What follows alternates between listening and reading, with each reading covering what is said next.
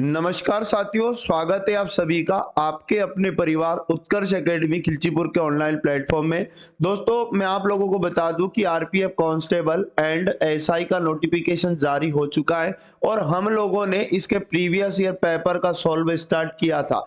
तो साथियों, आज की इस क्लास में हम लोग 18 जनवरी 2019 का जो पेपर हुआ था आरपीएफ कांस्टेबल का शिफ्ट नंबर 2 का पेपर इस क्लास में सॉल्व करेंगे। दोस्तों, पूरी क्लास को आप अच्छे से देखिएगा, स्वयं से क्वेश्चन लगाइएगा, यकीन मानिएगा बिल्कुल एग्जाम के अंदर यही लेवल और इसी प्रकार के क्वेश्चन आपको पुनः देखने को मिलेंगे। तो साथियों, चलते हैं आज की क्लास, हम लोग शुरुआत करते हैं आज के पहले क्वेश्चन से। आज का पहला और इंपॉर्टेंट क्वेश्चन है, प्रतियोगिता जीतने के लिए स्वामी को 4 परीक्षाओं में औसतन 80 अंक चाहिए। ठीक है ना, मतलब अपने को 4 विषय का औसत बताया, तो दोस्तों 4 का मल्टीप्लाई करेंगे 80 से, कितना बन जाएगा 8 चुके 32, मतलब योग हमारे पास निकल के आ जाएगा 4 विषय का योग, यानी 320 टोटल चारों विषय में उसको नंबर चाहिए।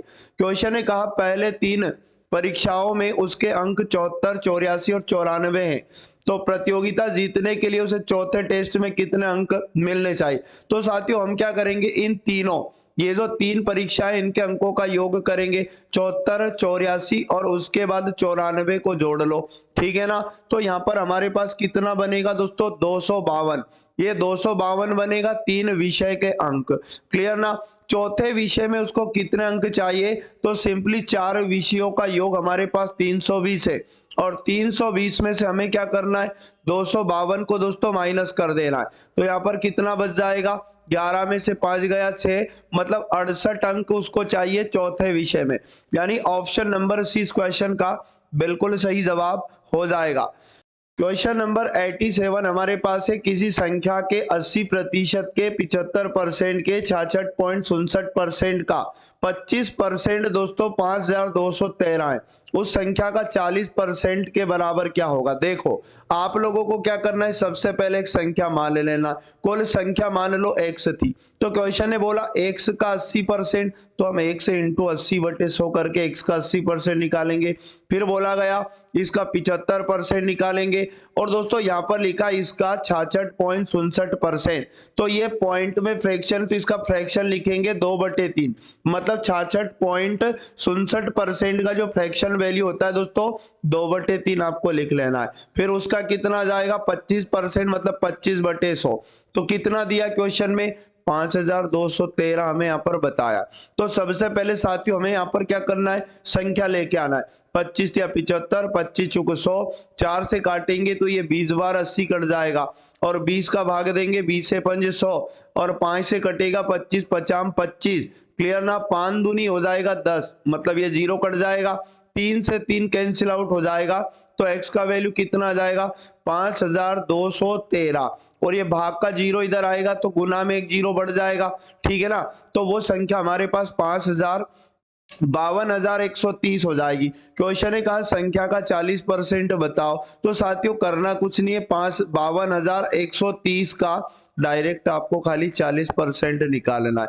2 0 से 2 0 कैंसिल आउट हो जाएगा, 4 3 12, कैरी 1, 4 एकम 4 और 1 5 हो जाएगा, 4 दूनी 8 हो जाएगा, और 4 5 कितना 20। तो दोस्तों उस संख्या का 40% 20,852 हो जाएगा। ऑप्शन नंबर सी इस क्वेश्चन का बिल्कुल सही जवाब हो जाएगा। क्वेश्चन नंबर 88 हमें दिया, इसे सरल करें। दोस्तों बटे के ऊपर भी संख्या है, बटे के नीचे भी संख्या है, और इसको सरल करना है, तो हमें बोर्डमास रूल के अकॉर्डिंग बटे के ऊपर अलग से सोल्व करना है। तो पहले दोस्तों बटे के ऊपर हम क्या करेंगे, भाग को सोल्व करेंगे। तो यहाँ पर देखो 870 में हमें क्या करना है, भाग देना है किसका, 30 का, 0 से 0 कटेगा, और यहाँ पर 3 दूनी 6, 3 9 27, भाग के बाद क्या होगा, गुना होगा, मतलब 29 गुना 29, और फिर क्या लिखा दोस्तों, है ना, प्लस का 29 लिखा है, तो 29 गुना 29 करो, या 29 का वर्ग करेंगे तो 841 29 का वर्ग होता है, और प्लस करना है इसमें 29 को, इनको जोड़ लेते हैं,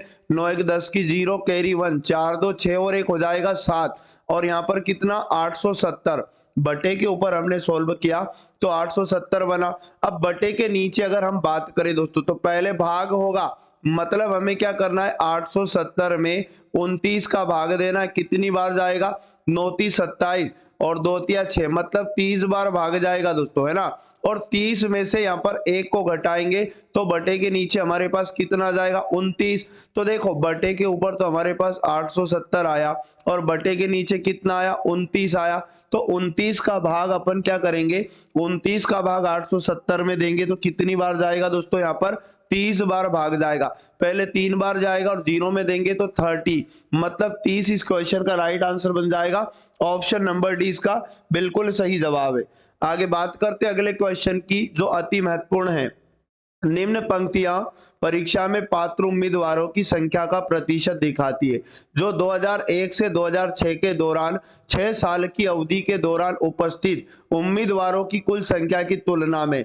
दोस्तों क्वेश्चन में बोला कि 2002 में योग्य उम्मीदवारों की संख्या 90,000 थी और 2002 में उपस्थित उम्मीदवारों की संख्या क्या थी। देखो योग्य उम्मीदवारों की संख्या बताइए 2002 में कितनी थी, 90,000, ठीक है ना। तो दोस्तों यहाँ पर क्वेश्चन में कहा जा रहा है कि 2002 में जो कुल विद्यार्थी थे वो कितने थे, तो वो थे 100%। तो हम क्या करेंगे, यहाँ पर जो 90,000 दिया हमें ये कितना परसेंट का वैल्यू दिया, तो 2002 का वैल्यू दिया और 2002 में दोस्तों परसेंटेज कितना था इनका 60%, मतलब क्वेश्चन में हमें 60% का वैल्यू दिया। तो साथियों हमें क्या करना है, टोटल विद्यार्थी लाना 2002 में, तो हम क्या करेंगे पहले 1% का वैल्यू लाएंगे। तो 90,000 में अपने को क्या करना है 60 का भाग देना, 0 से 0 कटेगा, 6 का भाग देंगे, 6 कम 6 3 बचा, 6 पंज 30 हो जाएगा और उसके बाद में 0 0, मतलब 1% का वैल्यू कितना आया 1500। अब क्वेश्चन कह रहा है कि 2002 में कुल विद्यार्थी कितने थे, तो वो 100% थे, तो जो 1% का वैल्यू 1500 आया, 100 का मल्टीप्लाई करेंगे तो 1,50,000 हमारा क्या जाएगा, राइट आंसर आ जाएगा। मतलब ऑप्शन नंबर ए इस क्वेश्चन का बिल्कुल करेक्ट आंसर बन जाएगा। आगे बात करते हैं अगले और अति महत्वपूर्ण क्वेश्चन की। एक बॉक्स में 70 डिटर्जेंट साबुन होते हैं, ठीक है ना, उनमें से 49 का उपयोग किया जाता है, तो शेष बॉक्स में है ना डिटर्जेंट का परसेंटेज बताओ। देखो टोटल वैल्यू कितनी थी 70 और 70 में से 49 यूज हो गए, ठीक है ना, कितना बचा घटा लो, तो यहाँ पर शेष हमारे पास निकल के आ जाएगा। 10 में से 9 गया, 1 बचेगा, 6 में से 4 गया, 21 साबुन और शेष बचे। तो दोस्तों शेष जो बचा वो कितना परसेंट है, क्वेश्चन ये कहा, मतलब 21 को टोटल के साथ यानी 70 के साथ परसेंट में बदल देंगे 100 का मल्टीप्लाई करके, 0 से 0 कटेगा, 7 या 21, मतलब दोस्तों यहाँ पर कितनी बार भाग जाएगा 30 बार, तो 30% डिटर्जेंट और शेष बचेंगे। ऑप्शन नंबर ए इस क्वेश्चन का बिल्कुल सही जवाब होगा। अगला और अति महत्वपूर्ण क्वेश्चन है, सबसे बड़ी संख्या ज्ञात करें जिसे 180 और 270 के बीच साझा किया जा सकता है। मीन्स दोस्तों बड़ी से बड़ी ऐसी संख्या बताना है जिसका भाग 180 में भी चला जाए और 270 में भी चला जाए। तो दोस्तों इनका ले लो आप महत्तम समापवर्तक, एचसीएफ आपको लेना है इनका। अब एचसीएफ लेने का तरीका देखो, ये दोनों ही नंबर एक ही संख्या से कटे तो पहले अपन 10 का भाग लगा दो, तो यहाँ 18 बार जाएगा और 10 का भाग यहाँ 27 बार जाएगा। अब दोनों नंबर में दोस्तों किसका भाग जा रहा है 9 का, तो 9 का भाग लगा देंगे, 9 दूनी 18, 9 तीस 27। अब 2 और 3 में एक ही संख्या का भाग नहीं जाता, तो इनका महत्तम कितना बनेगा 10 × 9, तो मतलब वो बड़ी से बड़ी संख्या क्या आ जाएगी 90। ऑप्शन नंबर 20 क्वेश्चन का बिल्कुल करेक्ट आंसर हो जाएगा। अगला क्वेश्चन है दोस्तों, एक चतुर्भुज की भुजाएं दे रखी है, चारों भुजाओं का अनुपात और उसकी परिधि, परिधि का मतलब होता है दोस्तों परिमाप, और याद रखना जो परिमाप होता है सभी भुजाओं का योग होता है। मतलब जो भुजाएं अपने को दे रखी हैं 2:3:4:5 के अनुपात में, और इन सब के योग का मान दिया है, मतलब 2 में 3 को जोड़ेंगे, 4 को जोड़ेंगे, 5 को जोड़ेंगे, और दोस्तों ये वैल्यू, ये अनुपात बराबर हो जाएगा 196 के। 5 और 9, 9 3 12, 12 2 हो जाएगा 14, 14 अनुपात का मान 196 दिया, तो एक अनुपात का मान लाने के लिए 196 में 14 का भाग देंगे, 14 एकम 14, 5 बचा 14 चौको 56, मतलब 14 बार भाग जाएगा। क्लियर ना। अब क्वेश्चन ने क्या कहा, सबसे छोटा पक्ष बताओ। तो सबसे छोटा नंबर लाने के लिए सबसे छोटा अनुपात कौन सा हो जाएगा, तो 2 अनुपात हो जाएगा। तो साथियों 2 का मल्टीप्लाई करेंगे 14 से, तो 14 दूनी कितना बनेगा 28, मतलब 28 सबसे छोटा मान है। ऑप्शन नंबर 20 का बिल्कुल सही जवाब है। आई होप की जानकारी आपको दोस्तों समझ में आ गई होगी। बात करते हैं अगले क्वेश्चन की। एक पुस्तक की मुद्रित कीमत 1300 रुपये है और पुस्तक विक्रेता ने उस पर 10% की छूट दी है। यदि वह अभी भी 20% लाभ अर्जित करता है तो पुस्तकों की मूल लागत क्या होगी। देखो सबसे पहले अपने को ये जो मुद्रित कीमत दी है मतलब अंकित मूल्य दिया है, और कितना दिया दोस्तों 1300। अपन क्या करेंगे, पहले इसका विक्रय मूल्य बनाएंगे। क्यों, क्योंकि 1300 पर 10% की छूट दी गई, क्योंकि छूट हमेशा अंकित मूल्य पर दी जाती है। तो 1300 का अपन निकालेंगे 90%, तो 2 जीरो से 2 जीरो कैंसिल आउट हो जाएगा। तो इसका सेलिंग प्राइस बनेगा 130 इंटू 9। अभी गुना नहीं करते अपन, अब डायरेक्ट आंसर लाते। देखो क्वेश्चन ने कहा कि अभी भी 20% लाभ अर्जित कर रहा है, और दोस्तों लाभ हानि जो होता है वो क्रय मूल्य पे होता है। क्रय मूल्य 100% मानो, 20% का लाभ अर्जित कर रहा है तो 120% निकालेंगे, और ये वैल्यू किसके बराबर हो जाएगी दोस्तों 130 इंटू 9 के बराबर हो जाएगी, मतलब विक्रय मूल्य के बराबर हो जाएगी। अब क्या करना है, अपने को क्रय मूल्य का वैल्यू लाना है, तो आराम से हम लोग लेके आ जाएंगे। क्रय मूल्य बराबर हो जाएगा 130 इंटू 9, और बटे में कौन आ जाएगा 120, और भाग का 100 इधर गुना में आ जाएगा। बस काट लो इसको, है ना, 0 से 0 कट जाएगा। 3 का भाग देंगे, 3 तिया 9 और 3 चुक 12, 2 दूनी 4 हो जाएगा, 2 पंजे 10 हो जाएगा, और 2 से काटेंगे तो 2 छंग 12, 2 पंजे 10। अब गुना कर लेंगे 5 3 15, मतलब 65 का इंटू करना है 15 से। 15 पंज 75, कैरी आएगा 7, और 15 छके 90, और 7 कितना 97, मतलब 975 रुपए इस वस्तु का क्रय मूल्य था। ऑप्शन नंबर सी बिल्कुल राइट आंसर हो जाएगा। ठीक, अगला और अति महत्वपूर्ण क्वेश्चन है, धातु के टुकड़े की कीमत 145 रुपये से बढ़कर 174 रुपये हो गई। दोस्तों देखो एक कीमत थी उसकी 145 और बढ़कर कितनी हो गई 174, तो वृद्धि कितनी हुई, अपने को वृद्धि का परसेंट बताना है। तो वृद्धि कितने की हो गई, 174 में से माइनस करेंगे 145 को, कितना बचेगा, 14 में से 5 गया 9 बचेगा, 6 में से 4 गया 2, 29 की वृद्धि हो गई। अब अपने को वृद्धि का परसेंट लाना है। दोस्तों वृद्धि का क्या लाना है, परसेंट। किस पर हुई ये वृद्धि, तो 145 पर हुई, तो बटे में 145 को लिखेंगे और 100 का गुना करेंगे तो ये परसेंट में चेंज हो जाएगा। अब साथियों 9 से काटेंगे तो 9 पंजे 45, मतलब नीचे वाला 5 बार कट जाएगा, और 5 का भाग 100 में देंगे तो 5 दूनी 10 और 0, 20% की वृद्धि आ जाएगी। ऑप्शन नंबर ए इस क्वेश्चन का बिल्कुल करेक्ट आंसर हो जाएगा।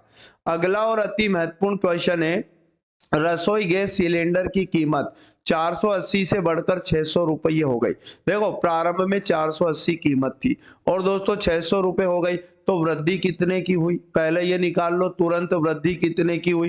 तो 600 में से हम 480 को क्या करेंगे माइनस, तो 0, 10 में से 8 गया 2, और यहाँ पर हो जाएगा कितना, 5 में 4 गया 1, 120 रुपए की क्या हो गई वृद्धि। क्वेश्चन ने कहा खपत को कितना परसेंट कम किया जाना चाहिए ताकि एलपीजी सिलेंडरों पर खर्च ना, है ना, खर्च राशि पहले जितनी रहे।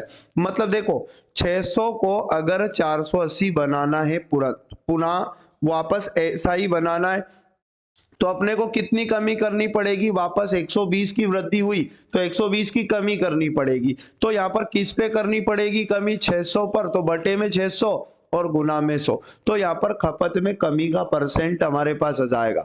2 जीरो से 2 जीरो कैंसिल आउट हो जाएगा, 6 का भाग देंगे, 6 दूनी 12, यानी कि 20% की क्या करना पड़ेगा, खपत में कमी करना पड़ेगा। और साथियों ऑप्शन नंबर ए इस क्वेश्चन का बिल्कुल सही जवाब हो जाएगा। आगे बात करें अगला और अति महत्वपूर्ण क्वेश्चन, इसे सरल करें। तो इसे सरल करने के लिए बोर्डमास रूल का यूज करेंगे। सबसे पहले ब्रैकेट को हल करेंगे, 28 में से 7 को घटाएंगे तो कितना बच जाएगा 21। फिर मजले ब्रैकेट की बारी आएगी, तो मजले ब्रैकेट में क्या लिखा 38 और फिर इधर कितना आया माइनस का 21, इसको घटाएंगे दोस्तों तो कितना बच जाएगा 17। मजले के बाद अब बड़े ब्रैकेट की बारी है, तो बड़े ब्रैकेट में कितना लिखा 15 प्लस, और इधर कितना आया हमारे पास 17, इनको जोड़ लेंगे 7 5 12 के 2 कैरी 1, तो 2 और 1 कितना टोटल 32 बनेगा। अब बारी है दोस्तों बाहर की, मतलब 48, इधर 48 लिखा माइनस, इधर पूरा सोल्व होने पर कितना आया 32 आया, इसको घटा लो, 8 में से 2 गया 6 बचेगा, 4 में से 3 गया 1, 16 इस क्वेश्चन का राइट आंसर बन जाएगा। ऑप्शन नंबर सी इसका बिल्कुल सही जवाब है। अगला और अति महत्वपूर्ण क्वेश्चन है दोस्तों, 11 खिलाड़ियों की राज्य स्तरीय क्रिकेट टीम का औसत वजन 76 किलोग्राम है, मतलब 11 लोगों का औसत बताया 76, तो दोस्तों औसत का गुना इनकी संख्या से करने पर तुरंत योग लेके आना है। 11 छंग 66 कैरी 6 होगा, 11 7 77 और 6 कितना हो जाएगा 83, क्लियर ना, 836 किलोग्राम इनका योग बन जाएगा 11 खिलाड़ियों का। जब प्रशिक्षक का वजन इसमें जोड़ा जाता है तो दोस्तों अब कितने लोग हो जाएंगे 12, पहले 11 था, एक प्रशिक्षक का वजन भी जोड़ेंगे तो 12 हो जाएगा, और क्वेश्चन का औसत वजन 1 किलो बढ़ जाता है, पहले जो वजन था 76 अब 1 बढ़ जाएगा, मतलब अब हो जाएगा दोस्तों 77 किलो। तो अब इन 12 का ही योग निकालेंगे, तो 12 सतह की 84 कैरी आएगा 8, ठीक है ना, 12 सतह की 84 और 84 में कितना जोड़ देंगे 8 को, तो नया योग आ जाएगा 8 4 12 के 2 कैरी 1, मतलब 924 किलोग्राम 9 नया योग आ जाएगा। और ये कितने लोगों का 12 का। क्वेश्चन ने कहा प्रशिक्षक का योग बताओ, प्रशिक्षक की आयु बताओ, तो क्या करेंगे दोस्तों 924 में से अपन 836 को घटा देंगे, कितना बचेगा 14 में से 6 गया 8 बचा, ये 11 में से 3 गया तो 8 बचा, 8 में से 8 गया 0, मतलब 88 किलोग्राम वजन किसका आ जाएगा प्रशिक्षक का हो जाएगा। ऑप्शन नंबर 20 क्वेश्चन का बिल्कुल सही जवाब है। आई होप कि दोस्तों जानकारी आपको समझ में आ गई होगी, ऐसी आशा उम्मीद है।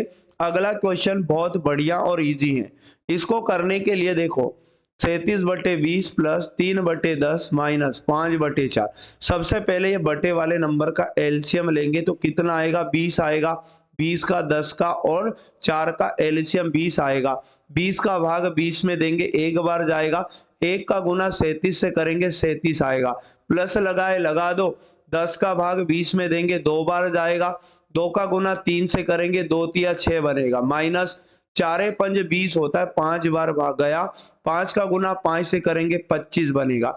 अब दोस्तों अपन क्या करेंगे 37 में 6 को जोड़ लेंगे तो कितना बन जाएगा 43, और 43 में से 25 घटा के बटे में कितना है 20, घटाओ 13 में से 5 गया 8 बचा, और यहाँ पर 3 में से 2 गया 1, 18 बटे कितना 20, ऐसा ऑप्शन नहीं दिया 2 से काट लो, 2 इनाम 18 हो जाएगा, 2 10 जा 20 हो जाएगा, बटे में एक 0 है, एक अंक के पहले दशमलव लगा देंगे तो 0.9 इस क्वेश्चन का राइट आंसर बन जाएगा, और ऐसा एक ही ऑप्शन में दिया है ए वाले में। तो आई होप जानकारी आपको समझ में आ चुकी होंगी।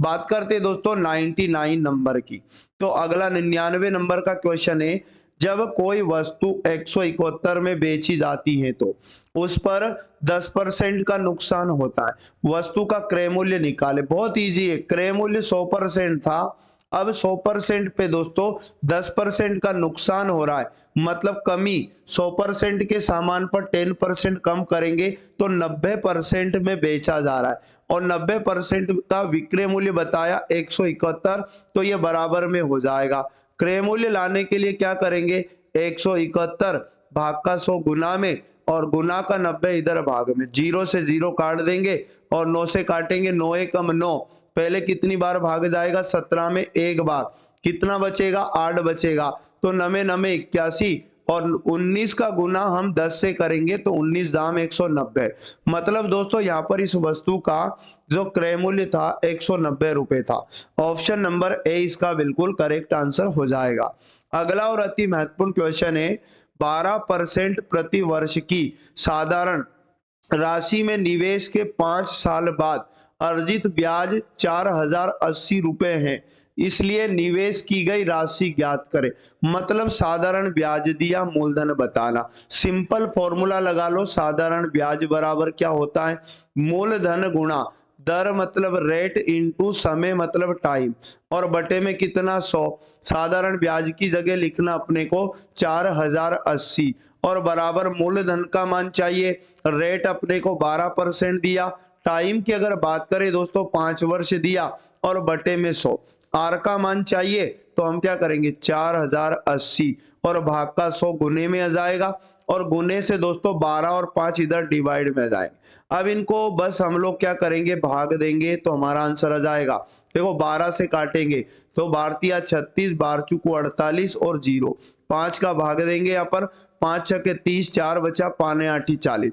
तो 68 का गुना 100 से करेंगे तो यहाँ पर क्या हो जाएगा दोस्तों हमारे पास 68 का गुना 100 से करेंगे तो पी का मान अपने पास निकल के आ जाएगा।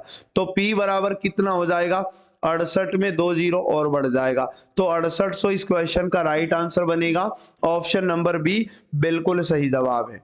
अगला और अति महत्वपूर्ण क्वेश्चन हमारे सामने पुनः, एक दुकानदार ने एक वस्तु 108 रुपये में खरीदी और 135 रुपये में बेचा। देखो क्रय मूल्य दिया है, क्रय मूल्य दिया है दोस्तों 108 रुपए और विक्रय मूल्य भी दिया है, बेचा मतलब विक्रय मूल्य 135 रुपए। तो डेफिनेटली इसको क्या हुआ लाभ हुआ, ठीक है ना। तो लाभ लाने के लिए क्या करेंगे 135 माइनस 108, विक्रय मूल्य माइनस क्रय मूल्य, तो कितने का लाभ हो जाएगा दोस्तों 27 रुपए का। क्लियर ना। अब क्वेश्चन ने कहा लाभ का परसेंट बताओ, तो लाभ बटे क्रय मूल्य यानी कि 27 बटे क्रय मूल्य कितना 108 और गुना में करेंगे 100, तो लाभ का परसेंट हमारे पास निकल के आ जाएगा। इनको काटेंगे 9 30 27, 9 एकम 9, 9 दूनी 18, 3 का भाग 12 में देंगे, 4 बार जाएगा, 4 से 100 को काटेंगे, 4 दूनी 8, 4 पंजे 20, 25% का यहाँ पर लाभ आ जाएगा। ऑप्शन नंबर 20 क्वेश्चन का बिल्कुल सही जवाब है। आई होप कि दोस्तों आपको क्वेश्चन समझ में आ गया होगा। अगला question very very most IMP लगाना अति महत्वपूर्ण है, अच्छे से समझना। निम्नलिखित में से कौन सा एक पूर्ण वर्ग है। पूर्ण वर्ग संख्या हमें पहचानना है, और पूर्ण वर्ग संख्या किसे कहते हैं जो किसी के वर्ग में आती है। तो दोस्तों अगर इकाई अंक से देखें तो इकाई अंक सबका एक है, और जिस भी संख्या का इकाई अंक एक होता है वो पूर्ण वर्ग हो सकती है।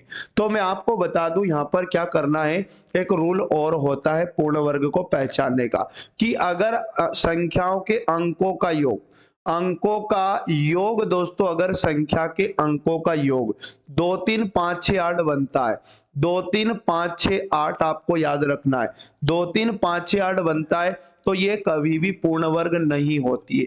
मीन्स कैसे आप समझो, ए वाला ऑप्शन उठाओ, यहाँ पर 6 को, 1 को, 4 को और 1 को अंकों का योग करो तो 6 1 7 4 11 1 12, और 12 के भी अंकों का योग करेंगे तो 1 + 2 यानी अंकों का योग फाइनली कितना बना 3। तो साथियों कभी भी अगर अंकों का योग 3 बने, 2 बने, 5 बने, 6 बने तो वो पूर्ण वर्ग नहीं होती है। मतलब पहला ऑप्शन तो पूर्ण वर्ग नहीं है।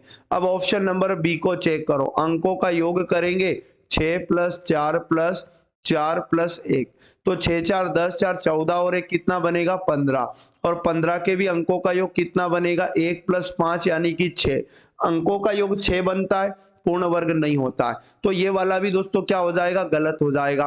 अब अगर बात करें डी वाला चेक करवा दिया जाए, 6 + 3 + 4 + 1, तो 6 4 10, 3 13 1 14, और 14 के भी अंकों का योग करेंगे तो 1 + 4 मतलब कितना बनेगा 5, तो ये भी पूर्ण वर्ग नहीं हो सकती। ठीक है, तो ये भी गलत हो गया, ओनली सी वाला। अब इसके अंकों का योग किया जाए 6 + 2 + 4 + 1, तो दोस्तों कितना बनेगा 6 4 10 2 12 1 13, और 13 के भी अंकों का योग किया जाए तो 1 + 3 यानी कितना बनेगा 4। तो देखो 4 तो हो सकता है, लेकिन 2 3 5 6 अगर अंकों का योग होता है तो बिल्कुल भी पूर्ण वर्ग नहीं होगा। ऑप्शन नंबर सी इसका करेक्ट आंसर है। आई होप की जानकारी दोस्तों आपको समझ में आ गई होगी। अगला और अति महत्वपूर्ण क्वेश्चन 2000, देखो ये यहाँ पर ये पाई चार्ट ऐसे क्वेश्चन एग्जाम में आते, समझ लेना अच्छे से। निम्न लाइन ग्राफ में उन उम्मीदवारों की संख्या का परसेंट दिया गया है जिन्होंने 2001 से 2006 तक 6 वर्षों की अवधि में परीक्षाओं में भाग लेने वाले कुल उम्मीदवारों में से परीक्षा उत्तीर्ण की है। ठीक है ना। जैसे बोल रहा है क्वेश्चन की यदि 2002 में परीक्षा उत्तीर्ण करने वाले उम्मीदवारों की संख्या 93,000 थी। मतलब 2002 में जो परीक्षा उत्तीर्ण करी थी उन लोगों की संख्या कितनी थी? 93,000। क्लियर ना? अब क्वेश्चन ने कहा कि उन उम्मीदवारों की संख्या कितनी है जो, है ना, 2002 में परीक्षा में बैठे थे। 2002 में परीक्षा में बैठे थे। तो देखो ये उत्तीर्ण का परसेंटेज इस ग्राफ में दिखाया गया। तो कितना परसेंट लोग थे? तो यहाँ पर 2002 में बताओ, तो 2002 में दोस्तों 62, है ना, 62% लोगों ने एग्जाम उत्तीर्ण किया था। मतलब प्रश्न में 62% का मान दिया। कितना? 93,000। तो दोस्तों 1% का वैल्यू लाएंगे तो 93,000 में क्या करना? 62 का भाग लगाना। ठीक है ना? तो 1% की वैल्यू आ जाएगी। अब कुल छात्रों की संख्या लाना है 2002 में, तो कुल छात्र जो थे वो अपने आप में परसेंट में 100% थे। तो जो 1% का मान बना अपना, कितना बना? 93 और 000 बटे में कितना दोस्तों? 62। इसमें 100 का गुना करेंगे तो कुल छात्रों की संख्या हमारे पास निकल के आ जाएगी। तो इसको काट सकते हैं अपन 2 से, ये 50 हो जाएगा। 2 से यहाँ पर काटेंगे 31 और 31 का भाग 93 में जाएगा। 31 तिया 93, मतलब 3000 यहाँ पर आ जाएगा। क्लियर? अब देखो 3000 का गुना अपन किससे करेंगे? 50 से। तो 3 पंज 15 और टोटल 4 जीरो बन जाएगा। मतलब टोटल अभ्यर्थी कितने थे? 1.5 लाख। ऑप्शन नंबर डी इस क्वेश्चन का बिल्कुल करेक्ट आंसर बनेगा। अब दोस्तों अगला क्वेश्चन पुनः समझिए। नोट दिया कि निम्न पंक्तियां परीक्षा में पात्र उम्मीदवारों की संख्या का परसेंट दिखाती हैं जो 2001 से 2006 के दौरान 6 साल की अवधि के दौरान उपस्थित उम्मीदवारों की कुल संख्या की तुलना में 2003 और 2005 में उपस्थित उम्मीदवारों की कुल संख्या बताइए कितनी? 85,000। मतलब दोस्तों 2003 में और 2005 में जो टोटल विद्यार्थी उपस्थित थे वो कितने थे? 85,000। ऐसा क्वेश्चन में दिया है। यह कहा गया तो इन दोनों वर्षों में सामूहिक रूप से योग्य छात्रों की कुल संख्या क्या थी? तो दोस्तों यहाँ पर देखो दोनों का योग दिया, बट इस ग्राफ में अलग अलग वर्ष का अलग अलग परसेंटेज बताया। जैसे कि यहाँ पर आपको समझाया गया 2003 में 71% लोग थे और उसके बाद 2005 में 58%। तो इनको बांटना यहाँ पर संभव नहीं है, मतलब पर्याप्त जानकारी नहीं। ऑप्शन नंबर सी इसका करेक्ट आंसर हो जाएगा। ठीक है, आगे बात करते हैं अगला क्वेश्चन।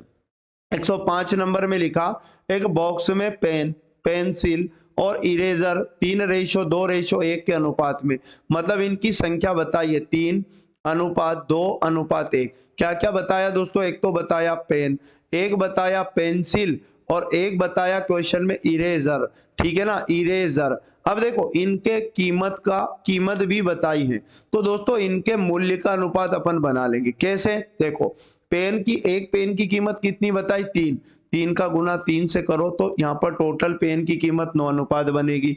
और यहाँ पर एक पेंसिल की कीमत कितनी बताई है? 2, तो 2 का गुना 2 से करेंगे तो यहाँ 4 अनुपात मूल्य बनेगा। मतलब मूल्य का अनुपात बनाना है। और 1 का गुना 2 से करेंगे 2 एकम 2, तो इनके मूल्यों का अनुपात आ जाएगा।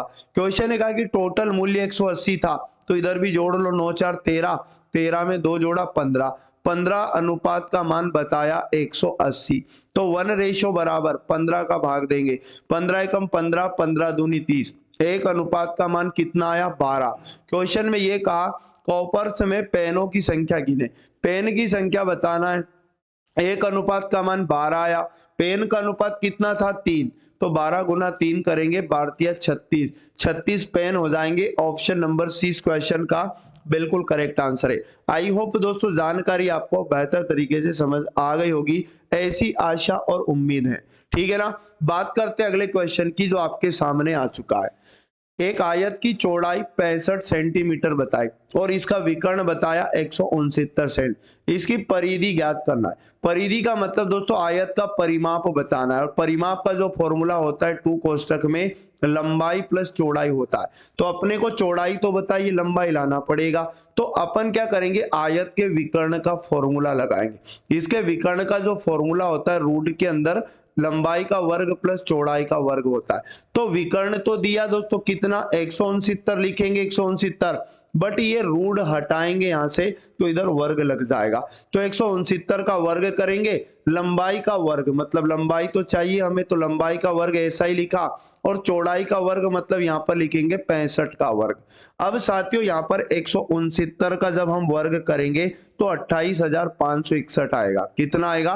28,561 आएगा। और यहाँ 65 का वर्ग इधर लाएंगे तो घट जाएगा, तो अपने पास 4,225, 4,225 माइनस हो जाएगा तो बराबर की इधर एल का मान बच जाएगा। और दोस्तों ये वर्ग भी हटाएंगे तो इस पे भी रूट लग जाएगा, घटाने पर टोटल ये बचेगा 24,336। रूट के अंदर कितना बचेगा? 24,336। और दोस्तों इसका जो वर्गमूल है वो हटाने के बाद फाइनली कितना आ जाएगा? ये 156 का वर्ग होता है। तो यहाँ पर एल का वैल्यू यानी कि लंबाई कितनी हो जाएगी दोस्तों? 156। क्वेश्चन ने ये कहा कि परिमाप बताओ, तो परिमाप आसानी से निकाल देंगे। 2 कोष्टक में लंबाई आ चुकी है 156 प्लस चौड़ाई 65 क्वेश्चन में दिया है। इनको जोड़ के 2 का गुना करेंगे तो 2 गुना 5 और 6 11 का 1 कैरी 1, 6 5 11 1 12 का 2 कैरी 1। तो यहाँ पर 221 में 2 का गुना करेंगे तो कितना हो जाएगा? 21 है ना। तो यहाँ पर 2 1 हम 2, 2 दूनी 4, 2 दूनी 4, 442 इस क्वेश्चन का right answer option number B हो जाएगा। बात करते हैं दोस्तों 107 नंबर की, जो आपके सामने दिया है।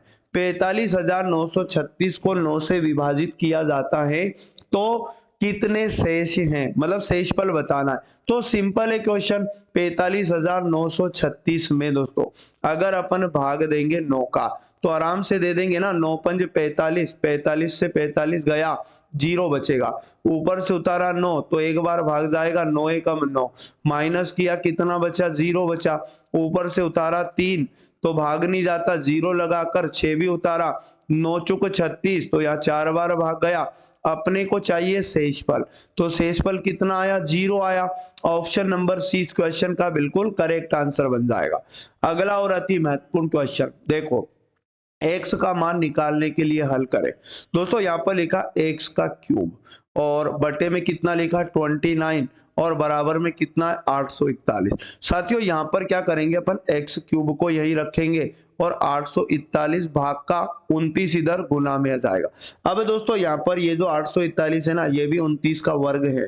कैसे? तो हमें x का मान चाहिए ना, तो ये क्यूब हटेगा, इधर लग जाएगा क्यूब रूट। 841 को मैं 29 गुना 29 लिख सकता हूँ, क्योंकि 29 का वर्ग 841 है और एक 29 और साथ में, तो देखो 3 का एक जोड़ा बना, मतलब क्यूब रूट से बाहर कौन आ जाएगा?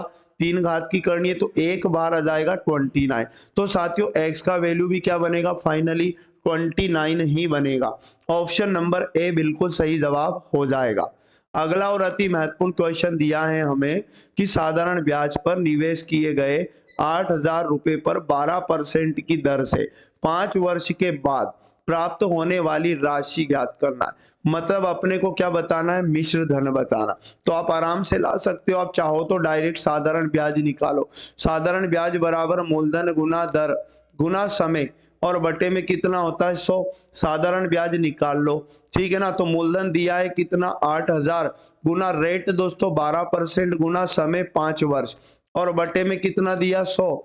2 जीरो से 2 जीरो काटेंगे, 12 पंज 60 बनेगा, 60 का गुना 80 से करेंगे, 8 छंग 48 मतलब 4800 रुपए साधारण ब्याज आएगा। क्वेश्चन ने क्या पूछा? होने वाली राशि बताओ, मतलब मिश्र धन बताना है। और साथियों जो मिश्र धन होता है वो मूलधन प्लस ब्याज दोनों होता है। तो हमें क्या करना है? जो 8,000 रुपया मूलधन है इसमें हमें 4,800 और जोड़ देना है। तो 8 4 12,800 यहाँ पर क्या आ जाएगा? राइट आंसर आ जाएगा मिश्र धन। ऑप्शन नंबर ए इस क्वेश्चन का बिल्कुल करेक्ट आंसर बन जाएगा। बात करें दोस्तों क्वेश्चन नंबर 110 की, जो हमारे सामने अति महत्वपूर्ण है। x बराबर दिया है 0.5, उसके बाद में 8, फिर 0 और फिर 8, फिर 0 फिर 8 और फिर 0, ऐसे कंटिन्यू चल रहा है। तो साथियों यहाँ पर हम क्या कर सकते हैं? यहाँ पर बार लगा दो। कैसे? देखो 0.5, 5 के बाद 8, है ना। उसके बाद में 8 के बाद में क्या लिखा 0, फिर 8 0, फिर 8 0, मतलब 8 0 का अनंत तक रिपीटेशन हो रहा है। तो साथियों हम क्या करेंगे 8 0 पर बार लगा देंगे, ठीक है ना। अब बार को हटाएंगे तो इसका फ्रैक्शन बन जाएगा। कैसे, बार कैसे हटाते हैं, देखो दशमलव के बाद जितने अंकों पर बार होती है बटे में उतने 9 लिखते हैं, मतलब 2 अंकों पर बार लगाया तो 2 9, और दशमलव के बाद जितने अंकों पर बार नहीं है 9 के बाद उतने 0 लगाते, और दशमलव के बाद वाली संख्या 580 ऐसा ही लिख लेते हैं। और दोस्तों इसमें से उसको घटाते जिस पर बार ना हो, तो 5 पे बार नहीं है। अब देखो 580 में से 5 गया तो 500 कितना बच जाएगा 75, और बटे में कितना हो जाएगा 990, ऐसा ऑप्शन में दिया क्या, तो 575 बटे 990 ऑप्शन नंबर डी में दिया। तो ऑप्शन नंबर डी इसका बिल्कुल करेक्ट आंसर हो जाएगा। अगला 111 नंबर है, 5 संख्याओं का औसत 119 है। तो हमें दोस्तों तुरंत क्या करना है, 119 का गुना 5 से करना है। तो हमारे पास पांचों संख्याओं का योग बन जाएगा। तो योग बराबर कितना हो जाएगा, 5 9 45 कैरी 4, 5 एकम 5 और 4 9, 5 एकम 5, मतलब 595 योग बन जाएगा 5 संख्याओं का। क्वेश्चन ने कहा कि एक संख्या औसत से अधिक होने के बाद भी औसत वही रहता है। इसका मतलब लैंग्वेज है, एक संख्या और शामिल कर लिया जाए ऐसा बोला जा रहा है। तो 5 में एक संख्या और जोड़ लेंगे तो 6 संख्या हो जाएगी, और औसत अभी भी उतना ही रहेगा, मतलब 119 ही रहेगा। तो पुनः दोस्तों 6 का योग बना लो, तो 6 नमे की 54 कैरी 5, 6 कम 6 और 5 11 का 1 कैरी 1, 6 कम 6 और 1 कितना 7, 714 6 संख्याओं का योग बनेगा। क्वेश्चन ने ये कहा कि पता करे उसमें कितना नंबर गिरा है, मतलब छठी संख्या अपने को बताना है और कुछ नहीं है।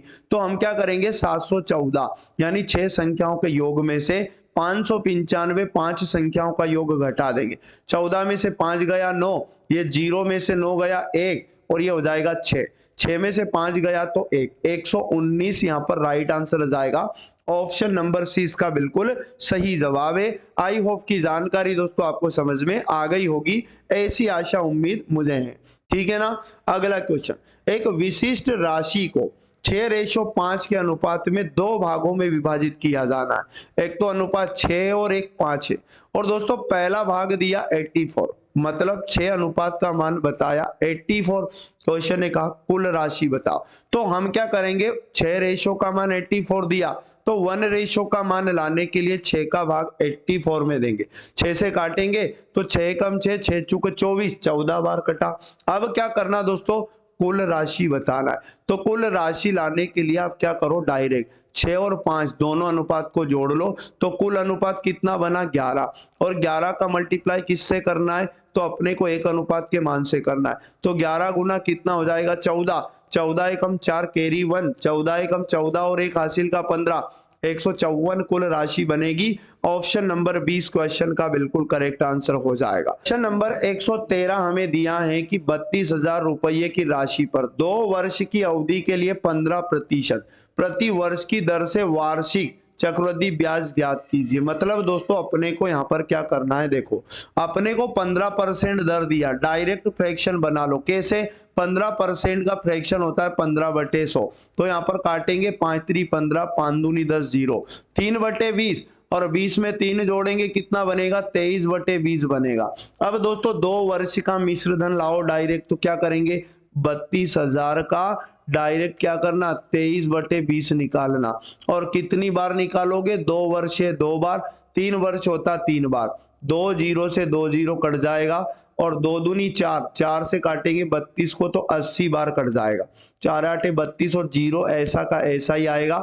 अब दोस्तों 23 का करना वर्ग, 23 गुना 23, 23 का वर्ग 529 होता है, और गुना करेंगे इसमें 80 का, तो राइट आंसर आ जाएगा 0, और 8 नाम 72 कैरी आया 60, 8 दूनी 16, 16 7 कितना हो जाएगा 23, 23 का 3 कैरी 2, 8 40 और 2 हो जाएगा 42। तो साथियों 42,320 रुपए याद रखना, यहाँ पर मिश्र धन बनेगा और यही दिया है, ऑप्शन नंबर डी करेक्ट हो जाएगा। अगला क्वेश्चन हमारे पास है, एक दुकानदार ने एक आइटम 76 रुपये में खरीदा, मतलब आइटम का क्रय मूल्य दिया, और कितना दिया साथियों 76, और 57 रुपए में बेचा, मतलब विक्रय मूल्य दिया 57, तो डेफिनेटली क्या हुआ इसको हानि हुई। हानि हुई दोस्तों, हानि कितने की हुई कैसे पता करें, तो क्रय मूल्य माइनस विक्रय मूल्य, मतलब 76 में से 57 को घटाएंगे, 16 में 7 गया 9, मतलब 9 रुपए की क्या हुई हानि। क्वेश्चन ने कहा हानि का परसेंट बताओ, तो हानि परसेंट बराबर होता है हानि बटे क्रय मूल्य। यहाँ पर फिर से घटाएंगे तो यहाँ पर 16 में से 7 गया 9 और 6 में से दोस्तों 5 गया तो कितना बचेगा 1, 19 रुपए की हानि होगी और हानि परसेंट बराबर होता है हानि बटे क्रय मूल्य, यानी कि 19 बटे क्रय मूल्य कितना 76 और गुना कितना करेंगे 100, तो हानि का परसेंट हमारे पास क्या हो जाएगा निकल जाएगा। 19 चुकू 76, 4 का भाग देंगे 100 में, 4 दूनी 8, 4 पंज 20, यानी 25% हानि का परसेंट आ जाएगा। ऑप्शन नंबर डी इस क्वेश्चन का बिल्कुल करेक्ट आंसर बन जाएगा। चलो बात करते हैं दोस्तों 115 नंबर की। एक एक्सप्रेस ट्रेन 39 मीटर पर सेकंड पर चल रही है और 11 सेकंड में यह सिग्नल को पार कर जाएगी। ट्रेन की लंबाई बताना है। लंबाई क्या करोगे आप, डायरेक्ट चाल इंटू समय कर लेना, दूरी का फॉर्मूला होता है ना चाल गुना समय। तो दोस्तों इसकी स्पीड बताइए 39 मीटर पर सेकंड और सिग्नल को पार किया, मतलब ये स्वयं की लंबाई को पार करेगी, इसलिए यहाँ पर 11 सेकंड में जितनी लंबाई पार होगी वही इसकी लंबाई बनेगी। 11 9 99 कैरी 9, 11 या 33 और 9 कितना हो जाएगा दोस्तों 42, तो 429 मीटर याद रखना इस ट्रेन की लंबाई हो जाएगी। ऑप्शन नंबर सी इस क्वेश्चन का बिल्कुल करेक्ट आंसर बन जाएगा। बात करें दोस्तों अगला, राम और राज 4:5 के अनुपात में है, ठीक है ना, यदि उनकी आयु का योग 180 है, तो दोस्तों राम और राज है ना, एक तो राम का अनुपात दिया, अनुपात राज का दिया, तो हम क्या करेंगे इसका भी योग कर लो, 5 4 9 और 9 अनुपात का मान बताया 180, तो 1 रेशो बराबर क्या हो जाएगा 180 बटे 9, 9 से काटेंगे 9 दूनी 18 0, ठीक है ना। आयु के बीच में अंतर बताओ, तो अनुपात का अंतर देखो 5 में से 4 गया, 1 अनुपात का अंतर है और 1 अनुपात का मान कितना आ चुका है 20, तो 20 का गुना 1 से करने पर 20 वर्ष ही आएगा। ऑप्शन नंबर सी इसका बिल्कुल राइट आंसर हो जाएगा। चलो बात करें दोस्तों अगला और अति महत्वपूर्ण क्वेश्चन जो आपके सामने आ चुका है। एक समबाहु त्रिभुज का क्षेत्रफल ज्ञात करें जिसकी भुजा बताइए 42 सेंटीमीटर। तो समबाहु त्रिभुज के क्षेत्रफल का फॉर्मूला लिख लो, रूट का 3/4 और गुना में a की पावर 2, जहां दोस्तों a इसकी भुजा मानना है आपको, ठीक है। तो डायरेक्ट वैल्यू पुट करो, रूट का 3/4 गुना a का मान दिया है कितना 42, तो 42 का गुना 2 बार करेंगे क्योंकि a का वर्ग हुआ है, 2 दूनी 4, 2 से काटेंगे तो 21, फिर 2 से काटेंगे यहाँ पर तो कितना बनेगा 21, और दोस्तों 21 का वर्ग होता है 441, 441 और रूट का 3 ऐसा ही लिखेंगे, ये इसका क्षेत्रफल आ जाएगा। ऑप्शन नंबर ए इस क्वेश्चन का बिल्कुल करेक्ट आंसर है। आई होप की जानकारी दोस्तों आपको समझ में आ गई होगी। अगला क्वेश्चन, 37 सेंटीमीटर और 38 सेंटीमीटर विकर्ण वाले समचतुर्भुज का क्षेत्रफल ज्ञात करें। मतलब हमें क्या करना है, समचतुर्भुज का क्षेत्रफल लाना है। विकर्ण दिए हैं दोनों, तो दोस्तों विकर्ण के केस में जो इसका क्षेत्रफल होता है 1/2 इंटू d1 इंटू d2 होता है, मतलब दोनों विकर्णों का गुणनफल बटे 2। तो पहला विकर्ण दिया 37 और इंटू दूसरा विकर्ण दिया 38 और बटे में कितना लिखेंगे 2 और 2 का भाग लगाएंगे, 38 में 19 बार कटेगा, 19 का गुणा 37 से करेंगे तो 703 दोस्तों 703 सेंटीमीटर स्क्वायर में इसका क्षेत्रफल आ जाएगा। ऑप्शन नंबर सी इसका बिल्कुल करेक्ट आंसर बन जाएगा। बात करते 119 नंबर की। 650 मीटर लंबे पुल के एक छोर पर सिग्नल को पार करने के लिए ट्रेन को 33 सेकंड लगते। देखो ट्रेन की लंबाई बताना है, कुल मिला के बात ये है, और लंबाई दोस्तों मान लो 100 मीटर थी। तो पहली बार में ट्रेन ने एक सिग्नल को पार किया, मतलब स्वयं की लंबाई को पार किया, कितने समय में दोस्तों, तो यहां पर बोला गया 33 सेकंड में। तो x बटे क्या करना 33, मतलब ये चाल के फॉर्मूले में वैल्यू पुट करना है, चाल बराबर क्या होता है दूरी बटे समय। तो पहले केस में दोस्तों वो स्वयं के बराबर लंबाई को पार करेगी, इसलिए दूरी की जगह अपने को क्या लिखना x बटे 33। अब यहाँ दूसरे केस में समझो, 650 मीटर लंबा पुल है, इसको पार करने में एक तो स्वयं की लंबाई x और 650 दोनों जुड़ जाएगी और कितने समय में दोस्तों, तो यहाँ पर बोला 98 सेकंड। और ये दोनों वैल्यू आपस में क्या हो जाएगी, बराबर हो जाएगी, दोनों साइड मतलब इसकी चाल बन गई। अब इनका गुणा करें अपन, तो यहाँ 98 गुना x क्या हो जाएगा, 98x हो जाएगा बराबर 33 का गुना इधर करेंगे पूरे में तो 33x और प्लस 33 का गुना 650 से करने पर 21,450 आएगा। कितना आएगा साथियों, 21,450 आएगा। अब इनको घटा लो, तो 98x में से अपने को 33x को घटाना है और बराबर में कितना रह जाएगा, 21,450 बन जाएगा। ठीक है, तो 98 में से 33 जाएगा तो 65x बचेगा। ठीक है ना, 65x का मान कितना आ चुका है, 21,450। अब साथियों x का मान ज्ञात करने के लिए 21,450 में 65 का भाग लगाओ। ठीक है, 13 पंज 65 होता है और 13 कम 13 है ना, 13 7 20 मतलब 8 बचा है ना, 13 चुको 52, 13 पंज 65, 13 छंग 78, 13 छंग 78 6 बार भाग जाएगा। ठीक है ना, 79 80 मतलब 6 बचेगा, तो 13 पंज 65 पुनः और 0। अब 5 से काट लो तो यहाँ बनेगा 5 3 15, 1 बचा, 5 3 15 और 0। मतलब दोस्तों x का मान कितना आया, 330। मतलब यही ट्रेन की लंबाई हो जाएगी। ऑप्शन नंबर ए बिल्कुल राइट आंसर हो जाएगा। अगला और अति महत्वपूर्ण क्वेश्चन जो आपके सामने दोस्तों, पुनः सर्जियो पेरेज ने रेस का पहला राउंड 300 किलोमीटर प्रति घंटे की रफ्तार से पूरा किया और दूसरे राउंड को 450 किलोमीटर प्रति घंटे की रफ्तार से पूरा किया। पहले दो राउंड की औसत गति ज्ञात करो। तो दोस्तों औसत गति बताना है, औसत चाल। औसत चाल क्या होती है, दो चालें अगर दी जाए तो 2xy और बटे में x प्लस वाई, वैल्यू यहाँ पर पुट करना है। तो 2 गुना x का मान पहली चाल मतलब 300 और y का मान दूसरी चाल मतलब 450 और बटे में x प्लस वाई मतलब दोस्तों 300 में 450 को जोड़ देना है। ठीक, तो बटे के ऊपर तो आप ऐसा ही लिखो क्योंकि मल्टीप्लिकेशन में नंबर डिवाइड हो जाएगा। तो 2 इंटू यहाँ पर बनेगा 300 मल्टीप्लिकेशन 450 और डिवाइड बाई कितना हो जाएगा 750। 0 से 0 काटेंगे, 15 से काटो, 15 थी 45 और 15 पन 75, 5 का भाग देंगे 30 में, 5 छके 30 और 0 इनका मल्टीप्लाई करो तो 6 गुना 2 12, 12 गुना 3 कितना होगा, 12 36 और 36 में दोस्तों एक 0 का और गुना होगा तो 360 किलोमीटर प्रति घंटा औसत चाल आ जाएगी। ऑप्शन नंबर सी दोस्तों बिल्कुल राइट आंसर हो जाएगा। आई होप कि क्वेश्चन आपको समझ में आ चुका होगा, ऐसी आशा और उम्मीद दोस्तों मुझे है। आपको मैं बता दूं यहाँ पर कि 120 क्वेश्चन तक आपका पेपर होता है दोस्तों। इस पेपर के अंदर पूरे 35 क्वेश्चन गणित के आएंगे। तो दोस्तों सही समय है, सही वक्त है, बाद में पछताने से अच्छा कि रेगुलर इन क्लासों की प्रैक्टिस हो जाए ज्यादा से ज्यादा, एक एक दो दो बार एग्जाम तक, क्योंकि एग्जाम में ऐसे ही क्वेश्चन होंगे। लेकिन अपने को कंसेप्ट तुरंत दिमाग में रहना चाहिए ताकि हम अप्लाई करें और सीधा आंसर लेकर आए। एग्जाम में समय नहीं होगा, प्रश्न तो इजी होंगे लेकिन, और अधिक क्वेश्चन जो अटेम्प्ट करेगा सही सिलेक्शन साथियों उसका होगा। तो 35 क्वेश्चन गणित रीजनिंग के होंगे, मतलब 70 क्वेश्चन बिल्कुल मैथ रीजनिंग आपको करना है। तो साथियों रेगुलर इन क्लासों के साथ आप जुड़े रहें और क्लास अच्छी लगी तो अपने सभी दोस्तों तक शेयर कर दो और क्लास को लाइक कर दें और चैनल को सब्सक्राइब करके बेल आइकन ऑन कर ले, जिससे तुरंत क्लास का नोटिफिकेशन मिलता रहेगा। तो प्यारे साथियों मिलेंगे पुनः नेक्स्ट वाली क्लास में। और आपको मैं बता दूं, अगर आप रीजनिंग का भी फुल सॉल्यूशन चाहते प्रीवियस ईयर का तो एक बार कमेंट करके बताएं सभी साथी। ठीक है, तो मिलेंगे पुनः नेक्स्ट क्लास में। जय हिंद, जय भारत, वंदे मातरम।